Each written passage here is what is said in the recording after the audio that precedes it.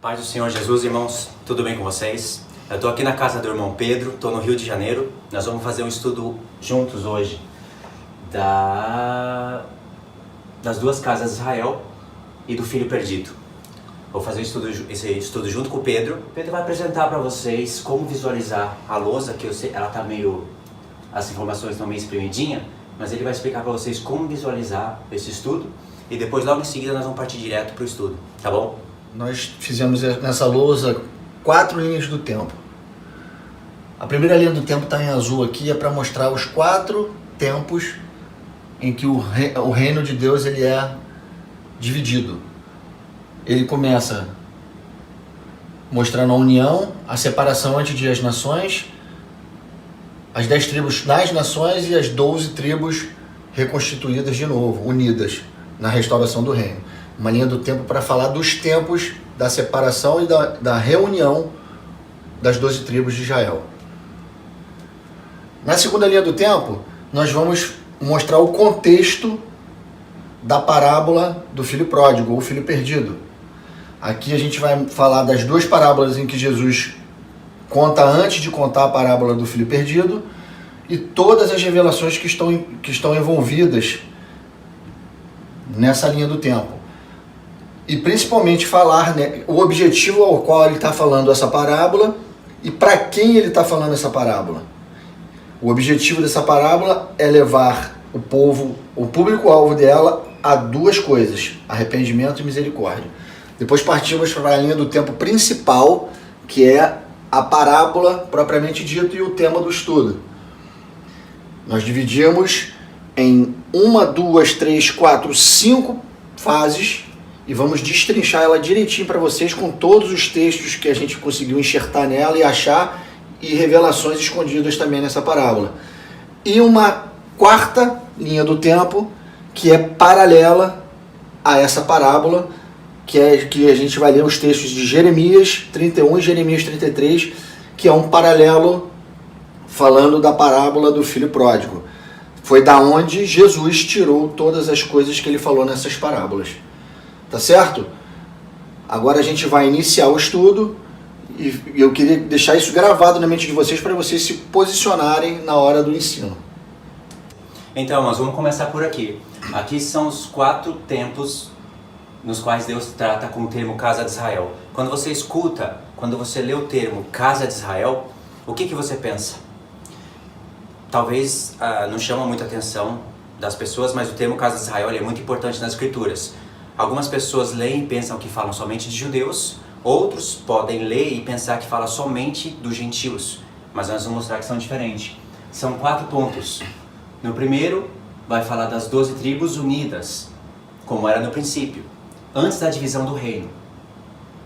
No segundo ponto, Deus vai tratar o termo casa de Israel, ele vai ser direcionado a 10 tribos somente, que é no tempo da divisão do reino, ponto-chave para se entender as escrituras. Quando Deus divide o reino no tempo de Salomão, 10 tribos, aí o termo casa de Israel passa para as 10 tribos. Mas aqui ainda não está em mistura com os gentios. Depois vocês vão ver que esse termo, as 10 tribos, ou seja, a casa de Israel, Deus passa a usar esse termo para as nações. É preciso do contexto para você compreender isso. E o 4º ponto é onde Deus usa o termo casa de Israel, como era no princípio, só que aqui agora os gentios entram no reino de Deus e formam as 12 tribos de Israel. São 4 pontos. E aqui tem alguns versos que a gente separou para a gente ler para vocês. O Pedro vai ler aqui 1 Samuel 7, verso 2 e 3. Diz assim: Sucedeu que desde aquele dia a arca ficou em Quiriat-Jearim, e tantos dias se passaram que chegaram a 20 anos, e toda a casa de Israel dirigia lamentações ao Senhor. Falou Samuel a toda a casa de Israel, dizendo: Se é de todo o vosso coração que voltais ao Senhor, tirai dentre vós os deuses estranhos e os astarotes, e preparai o coração ao Senhor, e servi a Ele só, e Ele vos livrará das mãos dos filisteus. Percebe? Apareceu 2 vezes o termo casa de Israel. 2 vezes. E está falando das 12 tribos. Tem vários textos no livro da lei, são 6 ou 7 exemplos. A gente separou só um. Tem mais 2 aqui que depois vocês podem ler se vocês quiserem. O outro se encontra em Oséias, capítulo 1, que é um profeta-chave para compreender esse estudo das 2 casas de Israel. A gente já tem estudo nos 2 canais, no canal ID, do irmão Pedro, no meu canal e no canal do irmão Israel também. Aqui é só para puxar o estudo para vocês compreenderem. Aqui o termo casa de Israel já vai ser usado da divisão do reino. Casa de Israel não vai ser mais as 12 tribos, vão ser 10 tribos somente. E diz assim, ó, Oséias 1, 6 e 7. Tornou ela a conceber e deu à luz uma filha. Disse o Senhor a Oséias, põe-lhe o nome de desfavorecida, porque eu não mais tornarei a favorecer a casa de Israel para lhe perdoar. Porém, da casa de Judá me compadecerei e os salvarei pelo Senhor, seu Deus, pois não os salvarei pelo arco, nem pela espada, nem pela guerra, nem pelos cavalos, nem pelos cavaleiros. Viu? Casa de Israel e casa de Judá, aí já é a divisão do reino. Mas aqui a casa de Israel está sendo o termo, o próprio Deus passou esse termo para as 10 tribos, mas ainda não tem mistura. Eles ainda estão, está dividido entre Judá e Samaria, mas ainda eles não foram cativos, não foram espalhados entre as nações. Agora o terceiro ponto é onde Deus já usa o termo, se bem que vai aparecer o termo Efraim, vocês já sabem, né? Efraim é o cabeça das 10 tribos, agora já entre nas nações. O Pedro vai ler o Oséias 8, 8 e 9. Isso. Israel foi devorado, agora está entre as nações como coisa de que ninguém se agrada, porque subiram a Assíria, o jumento montês anda solitário, mas Efraim mercou amores, ou pagou amores, ou como esse termo mercou é pagar, como se estivesse pagando a uma prostituta pelo seu amor. Foi o que Efraim fez nas nações, ele se prostituiu com as nações. Aí não apareceu o termo casa de Israel, apareceu o termo Israel. Mas precisa do contexto para você compreender que Deus não está falando de Judá aqui, ele está falando de Israel. Nesse profeta, em outros também, mas esse em destaque, às vezes vai aparecer o termo Israel em contraste com Judá. É casa de Israel e casa de Judá. Esse é importante compreender. E aí apareceu Efraim, que está falando da casa de Israel. Deus não está falando de Israel e destacando Efraim. Efraim é Israel. E agora o quarto ponto, aqui são 2 textos importantes. O Pedro vai ler esses 2 textos que eles são importantes. Tiago 1, 1 é o primeiro. Diz assim, Tiago, servo de Deus do Senhor Jesus Cristo, vou reler, desculpa. Tiago, servo de Deus e do Senhor Jesus Cristo, as 12 tribos que se encontram na dispersão, saudações. Escreveu só para judeu? As 12 tribos que estavam... Esse tempo aqui é um tempo em que eles já escreviam para as igrejas. Tiago já sabia do plano, já sabia tudo que o Senhor Jesus conquistou na cruz, já escreveu para o povo que está na dispersão, e é claro que Tiago sabia que essa mensagem iria espalhar pelo mundo até que a mensagem da restauração chegasse na mente de ambos os povos. Já escreveu para as 12 tribos. Tiago era conhecedor dos profetas.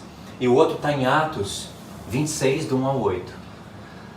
A seguir, Agripa, dirigindo-se a Paulo, disse, é permitido que uses da palavra em tua defesa. Então Paulo, estendendo a mão, passou a defender-se nestes termos. Tenho-me por feliz, ó rei Agripa, pelo privilégio de hoje, na tua presença, poder produzir a minha defesa de todas as acusações feitas contra mim pelos judeus. Mormente, porque és versado em todos os costumes e questões que há entre os judeus. Por isso, eu te peço que me ouças com paciência. Quanto à minha vida desde a mocidade, como decorreu desde o princípio entre o meu povo e em Jerusalém, todos os judeus a conhecem, pois na verdade eu era conhecido deles desde o princípio, se assim quiserem testemunhar, porque vivi fariseu, conforme a seita mais severa da nossa religião. E agora estou sendo julgado por causa da esperança da promessa que por Deus foi feita a nossos pais, a qual as nossas 12 tribos, servindo a Deus fervorosamente de noite e de dia, almejam alcançar. É no tocante à esperança, ó rei, que eu sou acusado pelos judeus. Porque se julga incrível entre vós que Deus ressuscite os mortos? Não teria como Paulo aplicar o termo as 12 tribos de Israel, falar que elas estavam servindo a Deus fervorosamente dia e noite, esperando a ressurreição, e usar isso somente para judeu. Paulo estava preso, ele estava se defendendo perante o rei Agripa e ele já estava pregando o evangelho para os gentios há muito tempo. O apóstolo Paulo aplicou o termo 12 tribos diretamente para a igreja. Eu sei que isso pode parecer comum para muitas pessoas que interpretam que a igreja são as 12 tribos, mas é importante você conhecer qual é o caminho, os planos que Deus usou para ele aplicar o termo as 12 tribos à igreja. Existe um caminho, e esse caminho muda toda a história. Não é apenas espiritualizar e compreender, porque tem pessoas que não conhecem as 2 casas de Israel, não conhecem a parábola e se realmente interpreta o termo casa de Israel para a igreja. O Pedro vai explicar aqui para vocês agora essa parte que é mais complicada. Então, olha só. Antes de entrar na parábola, que todo mundo conhece, uma parábola bem conhecida chamada parábola do filho pródigo, e o termo pródigo significa o filho que gastou, o gastador. A gente conhece o conteúdo da parábola, sabe que ele gastou o que o pai deu para ele como herança, a parte que lhe cabia. Mas a gente vai ver que esse termo ele é meio controverso e não faz sentido quando a gente analisar o contexto da onde vem essa parábola. Então essa linha vermelha aqui do tempo que a gente fez é para mostrar o contexto ao qual Jesus Cristo falou a respeito dessa parábola. Ele vinha falando de parábolas até chegar na parábola do filho pródigo. Mas antes ele estava reunido com um público. E esse público começou a murmurar coisas a respeito de Cristo, de Jesus, que estava ali com eles. E essas pessoas eram publicanos, pecadores, fariseus e escribas. Judeus da época, que estavam rodeando a Cristo. Jesus estava se referindo diretamente a publicanos e pecadores, enquanto fariseus e escribas estavam também no mesmo ambiente, murmuravam dizendo que ele tinha com publicanos e pecadores. E Jesus Cristo, aproveitando esse cenário, proferiu essas 3 parábolas. Essa parábola não está solta, né? Não é ela somente. Não é. Jesus contextualizou a parábola. A gente vai ler agora ou depois? Eu vou ler essa parábola aqui. Eu vou ler, vou vir lendo elas e vou mostrando as coincidências que tem, né? Para mostrar que elas estão ligadas. Isso. Então, nessa linha do tempo vermelha, ele começa a falar as parábolas e começa a exortação. Essas palavras são três parábolas exortativas que querem atingir esse público-alvo. É o objetivo das parábolas. O objetivo delas. Público-alvo. E o que contém, qual é o conteúdo? Porque parábola, quando a gente fala de parábola, a gente tem que lembrar que toda parábola tem uma moral da história.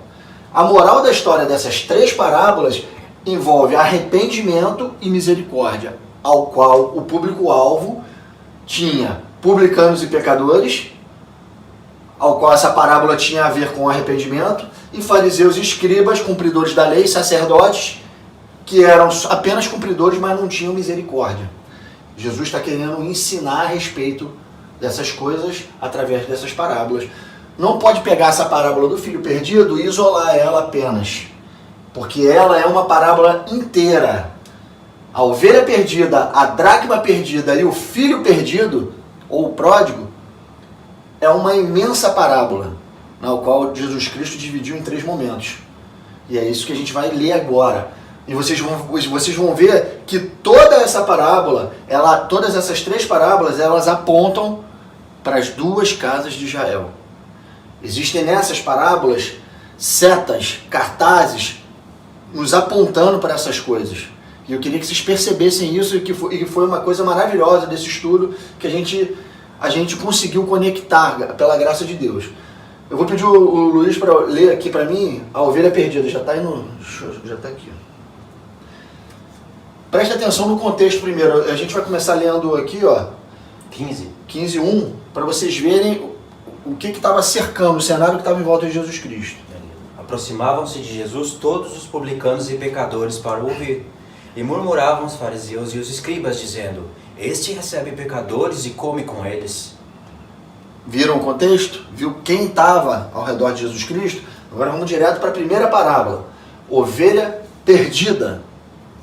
Então lhes propôs Jesus esta parábola. Essa é a parte 2 do estudo, irmãos, no canal do Irmão Pedro. Não se esqueça de se inscrever no canal do Irmão Pedro. Nós estamos juntos agora, vamos fazer vários estudos. Se você não é inscrito, se inscreva e compartilhe o vídeo também. Estou esperando vocês lá para a segunda parte do estudo.